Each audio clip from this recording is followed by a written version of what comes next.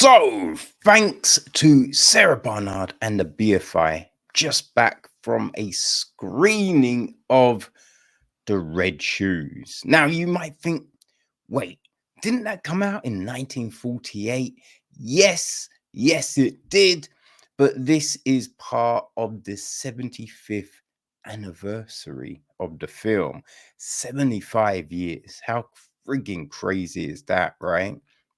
So it is directed by Michael Powell and Emeric Pressburger. Um, they also wrote the film with some help from Keith Winter. Okay, the film is produced by um again Powell and Pressburger, and associate produced by George R. Busby. Brian Estelle handled the music. Jake Cardiff was on cinematography, while Reginald Mills edits a piece. Production design is from Hein Heckworth.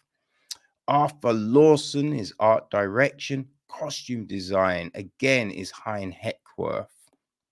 Hair and makeup, we have Eric Carter, Ernst Gasser, and George Blackler. Right, so the cast. We have got in the role of Boris Lermontov is Anton Walbrook. Victoria Page is Moira Shearer. Julian Craster is Marius Goring. Ivan Bolosky is Robert Helpman. Sergei Ratov is Albert Basserman. Grisha Lubov is Leonid Massin. Livy is Esmond Knight. Professor Palmer is Austin Trevor. Lady Nelson, Victoria's, I forget if it's his mother or grandmother, but she's played by Irene Browning. We have Boison, played by Hay Petit. Dimitov is Eric Berry. Who else do we have? Madame Rambart, played by Marie Rambart. Irina Bronskeje is played by Ludmila Tichenera. Yeah, that's the main. There's a lot. There's dancers and costume people. There's a lot of people in it, man. The gist of the film is this: under the authoritarian rule of the charismatic ballet impresario Boris Lermontov, his proteges realize the full promise of their talents, but at a price. Utter devotion to their art and complete loyalty to Lermontov himself.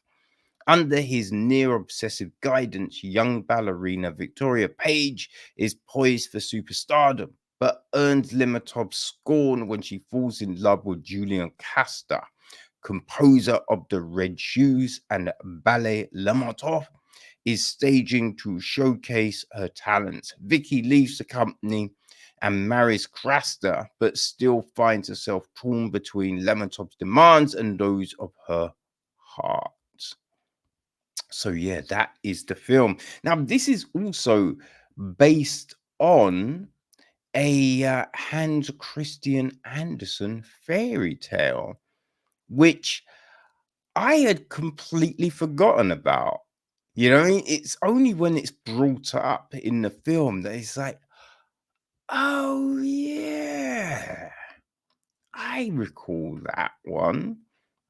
So that was very interesting, right? Now, this is this really is an advert for allocated seating, right? Because it opens up and we've got these like bell boy guy type of in get ups, right, holding these doors. They're like, and then you just hear people beating and screaming, and then someone's like, let them in, and the doors come open, and then just these animals just, they're pushing each other, running up the stairs to get seats, right, to get in the front row,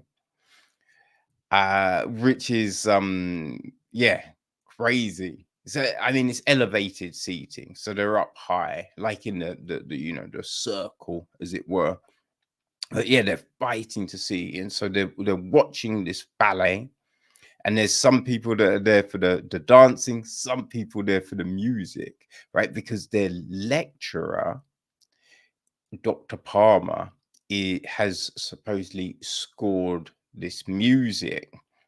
But as it's playing, certain things are revealed, which leads, right, Julian Craster to go visit Lermontov. Right, so you have that interaction. We have Lermontov at a party, um, you know, thrown by Lady Nelson, and there he meets Victoria, right? Oh yes, Victoria is Denise, right? And yeah, it's a funny kind of situation, but they meet and he gives her an opportunity to dance for his ballet. And you know, it's trials, right? So we see, but just in that, we see who Lermontov is, because he's focused on the ballet, right? He's not, oh, Miss Page is attractive, I want, no, it's just she could be a good dancer. I like the way she talks about dance, right? So at first, Page, you know, she's just a practice dancer, right? She wants more, but he's not going to just give her anything. You have to work for all of this. So I think that's an interesting thing, that we're watching that, right? And we see a lot of practice here, right? There is a lot of ballet on show, which is fascinating, because I think a lot of times in films, you will just kind of skirt by it's more on the interactions, it's more on the people, so you don't really see the dancing itself. But here we see the dancing, we see the practice, and just all the stuff that goes into it, right? Which I find that incredible, just watching all of the minutiae of what it takes to put on these performances, right? But yeah, then you have Craster, who's now working at the ballet, and his actions, right? So we just see all of these different interactions, which add to this notion of pure commitment to the art. But it doesn't completely go that way, right?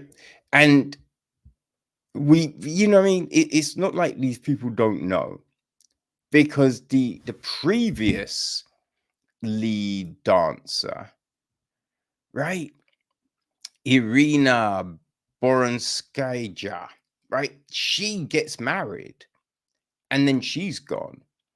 So it's like, if you're not committed, if you're half in, half out, Lermontov has no interest.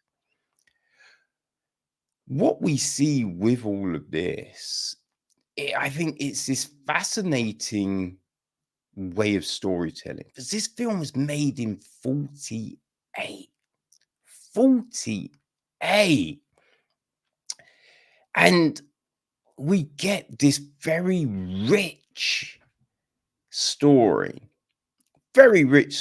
you know, of determination, commitment, creativity, right? This look at relationships, this whole devotion to your art, But then the other big thing we see is the whole kind of like, you should quit your dream to be with me notion, right? There's no half measures from anyone. It's not like, oh, you could do this and you could do that. Or, look, I know this is important to you. You know what I mean? You do this and we'll do this, we'll work it out in this way. No, we don't get that. So we get to look at all of these different elements. And the dancing, oh my God, the dancing is great, right? It's the movement, right? The way that is all choreographed. It's the lighting, the costumes, all of this really just dazzle you. Oh man, it's great. It really is a spectacle. Now, the nuance isn't necessarily there, right? It's kind of, there's no real, I mean, there's gray areas, but in the way everyone is performing, it's one or the other. You know what I mean? Like, we don't get, I would say, a complete look at the emotions of people.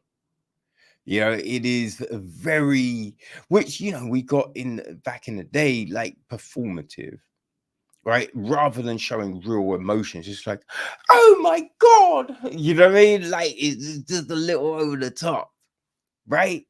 So when you have certain things going on, like there's a big bit at the end, and it's just like, hey, that's dramatic, right? It's like when you watch, the Jane Austen stuff and the Brontes and all of that, right? When it's just like, my heart is broken, I shall now die. Oh. And she's like, wait, what? You know what I mean? That was it. That's how they showed certain things back in the day, right? And you do get that here.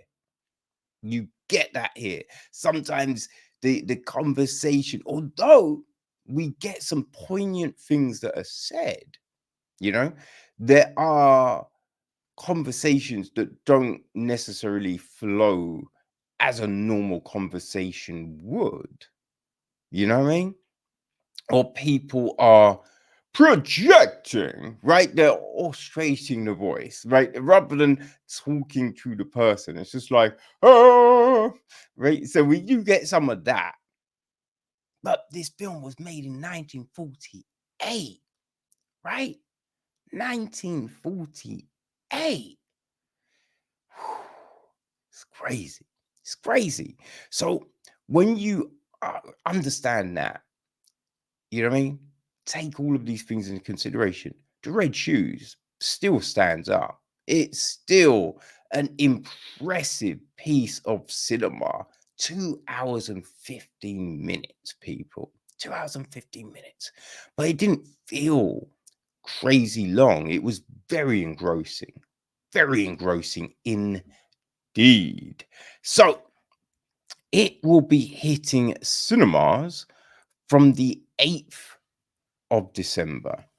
From the 8th of December, UK and Ireland wide. It's part of the BFI's major UK wide film celebration of one of the greatest and most enduring filmmaking partnerships in the history of cinema. Right? They've got Cinema Unbound, The Creative World of Powell and Pressburger. And that is running until the 31st of December at the BFI and around the country. Right? Also, as it's the 75th anniversary, right, of this incredible film, the BFI has got the Red Shoes Beyond the Mirror. Now, this is running at the BFI Southbank until the 7th of January. So definitely, you know what I mean? Two things to take note of, right? If you're a fan of Powell and Pressburger, you've got until the end of December to check out their work at the BFI, and you can experience this new Red Shoes Beyond the Mirror exhibition to mark the 75th anniversary of this magnificent film. So, people, make sure you mark all of that down on the calendar. And yeah, you can go and experience this wonderful piece of cinema.